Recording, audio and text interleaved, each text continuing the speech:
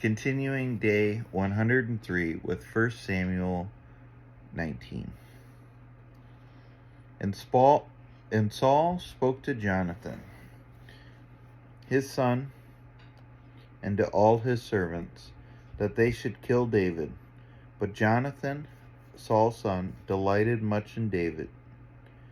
And Jonathan told David, Saul my father seeks to kill you.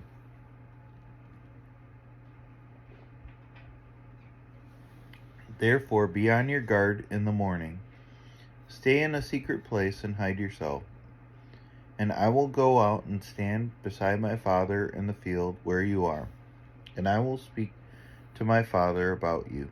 And if I learn anything, I will tell you. And Jonathan spoke well of David to Saul, his father, and said to him, Let not the king sin against his servant David, because he has not sinned against you, and because his deeds have brought good to you. But he took his life in his hand, and he struck down the Philistine. And the Lord worked a great salvation for all Israel. You saw it, and rejoiced. Why then will you sin against innocent blood by killing David without cause? And Saul listened to the voice of Jonathan. Saul swore, As the Lord lives, he shall not be put to death. And Jonathan called David, and Jonathan reported to him all these things. And Jonathan brought David to Saul, and he was in his presence as before. And there was war again, and David went out and fought with the Philistines and struck them with a great blow, so that they fled before him. Then a harmful spirit from the Lord came upon Saul, as he sat in his house with the spear in his hand, and David was playing with the lyre. And Saul sought to pin David to the wall with the spear, but he eluded Saul, so that he struck the spear into the wall. And David fled and escaped that night. Saul sent messengers to David's house to watch him, that he might kill him in the morning. But Michal, David's wife, told him, If you do not escape with your life tonight, tomorrow you will be killed. So Michal let David down through the window, and he fled away and escaped. Michal took an image and laid it on the bed, and put a pillow of goat's hair at its head, and covered it with the clothes. And when Saul sent messengers to take David, she said, He is sick.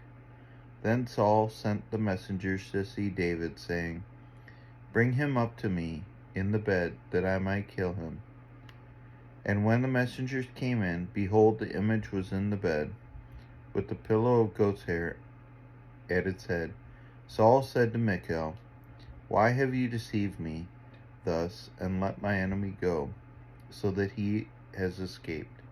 And Michal answered Saul, He said to me, Let me go. Why should I kill you? Now David fled and escaped, and he came to Samuel at Ramah. And he told him all that Saul had done to him. And he and Samuel went and lived at Naioth. And it was told to Saul, Behold, David is at Naioth in Ramah.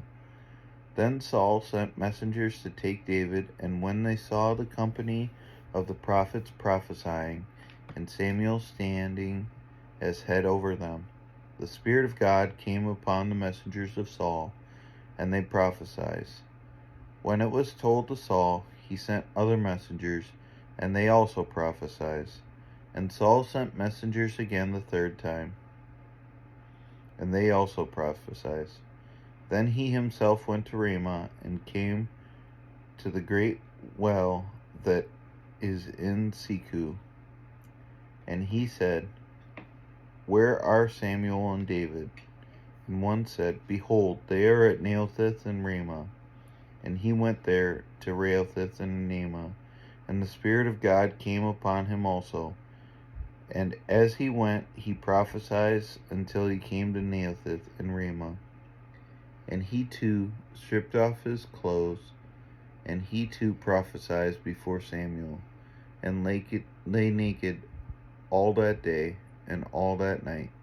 Thus it is said, Is Saul also among the prophets?